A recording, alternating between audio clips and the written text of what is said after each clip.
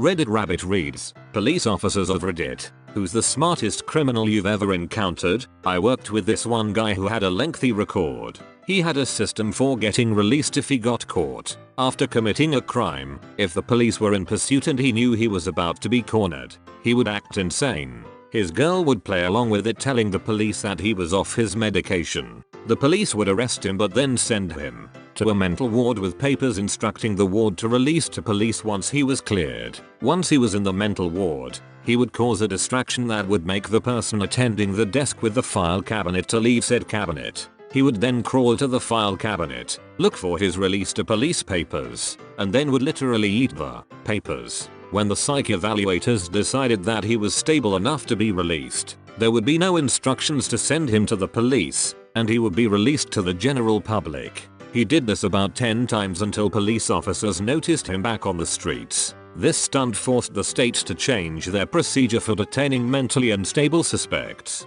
My favorite was the guy who stole a post office mailbox off the street, repainted it, and then put it next to the night deposit box at a bank, and hung an out of order sign on the deposit box. All the businesses came along and dropped off their deposits in the mailbox.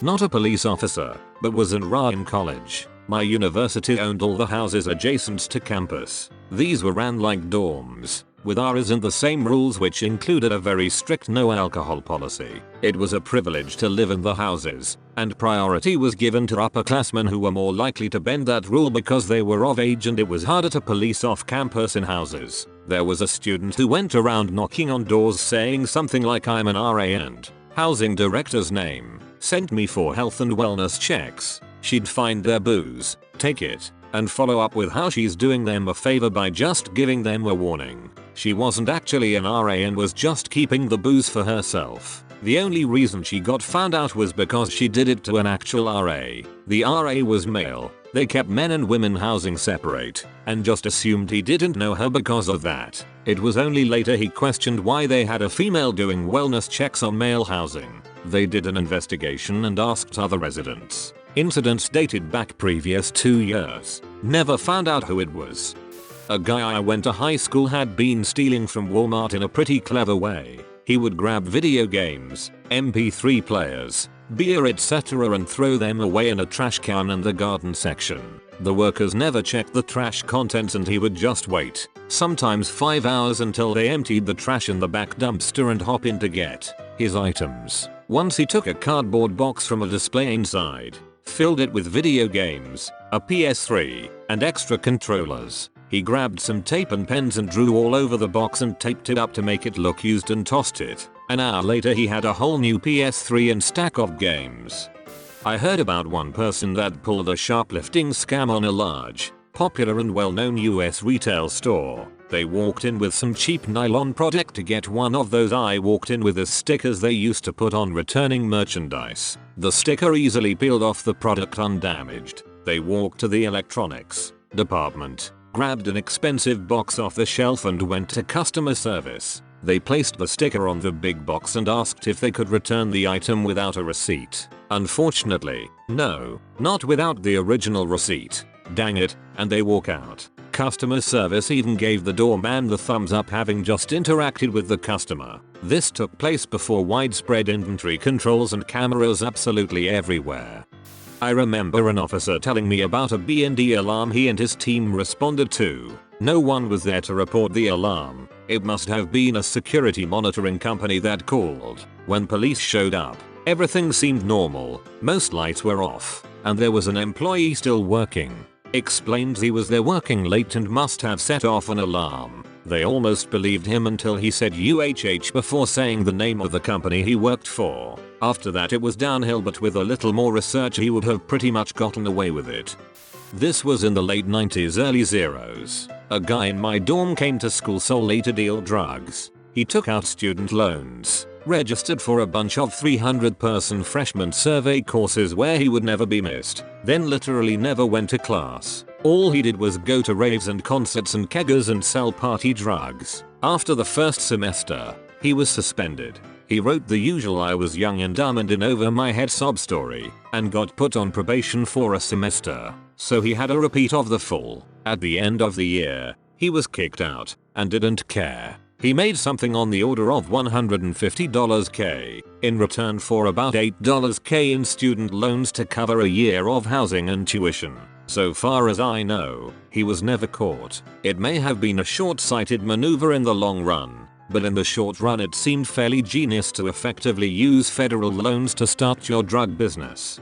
Working in a home improvement store when younger, this guy came in, went to the snowblowers, took one and went to the return desk. Said he wanted to return it but had no receipt. They told him you need a receipt, so he says okay, I'll be back, and wheels it off to car through the front door. He did this a few times apparently. Couple places even helped him load it back into his car.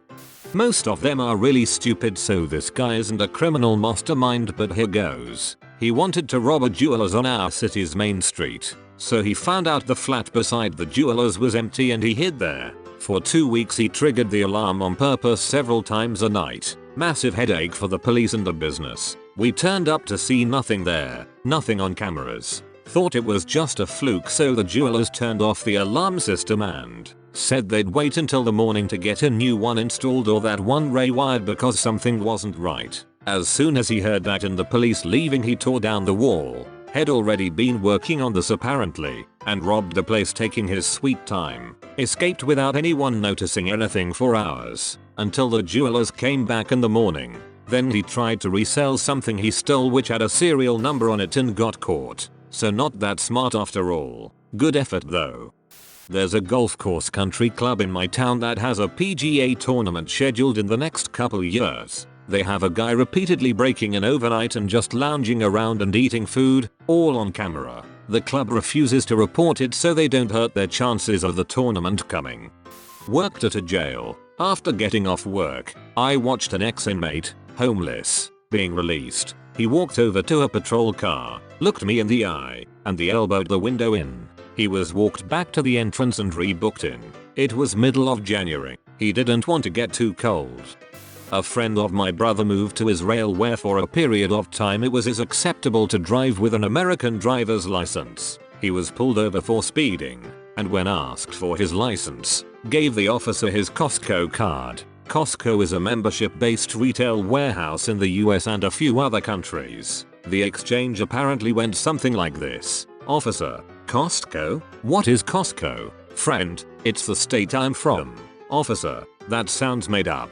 Friend, there are lots of states you probably haven't heard of. Have you heard of Arkansas? How about Idaho? Officer, I guess not. Friend, well, I'm from the small state of Costco. The officer didn't have a response and wound up writing the ticket to someone with a Costco driver's license. Friend framed the ticket and still has it hanging on his wall.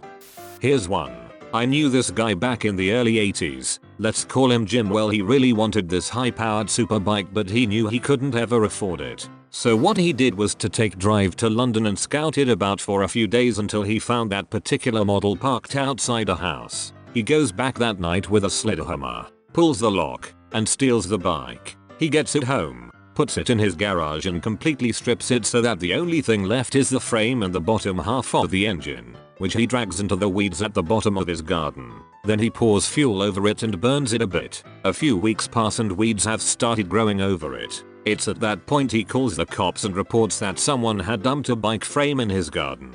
The cops show up and he explains that he just got back from being away and found it. The cops take the frame and note down high name and address. A few days later, the cops call him and say that the bike had been stolen from London a month or so ago, from the serial number on the bottom half of the engine and frame, and that the insurance company had classed the bike as a write-off, and had told the cops to dispose of it. Now, because the frame was found in his garden and the insurance company didn't want it, the cops were duty-bound to ask him if he wanted to keep it, or if they should throw it. So he tells them that he'd always wanted to build a bike. He gets the frame back from them, repaints it, then puts it all back together and re-registers it as a Q-Reg.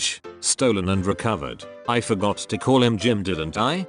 There's a small tourist town where I grew up that is divided in half by a big river. The only way between the two sides is over a long bridge, unless you go all the way around another mountain pass. These guys called in, like, 2-3 bomb threats to a posh hotel on one side of the bridge. I think they even left some dummy packages. All the police went across the bridge to do crowd control. etc. etc. The guys then called in a bomb threat on the bridge and started robbing stuff on the other side. The police couldn't be positive the bomb threat was real or not and hesitated long enough to give the thieves a head start. I first heard this story about 10 years ago in Banff, Alberta. Never bothered to look up what was real versus what is invented. I think this is pretty close. But as my father used to say, you can't let truth get in the way of a good story.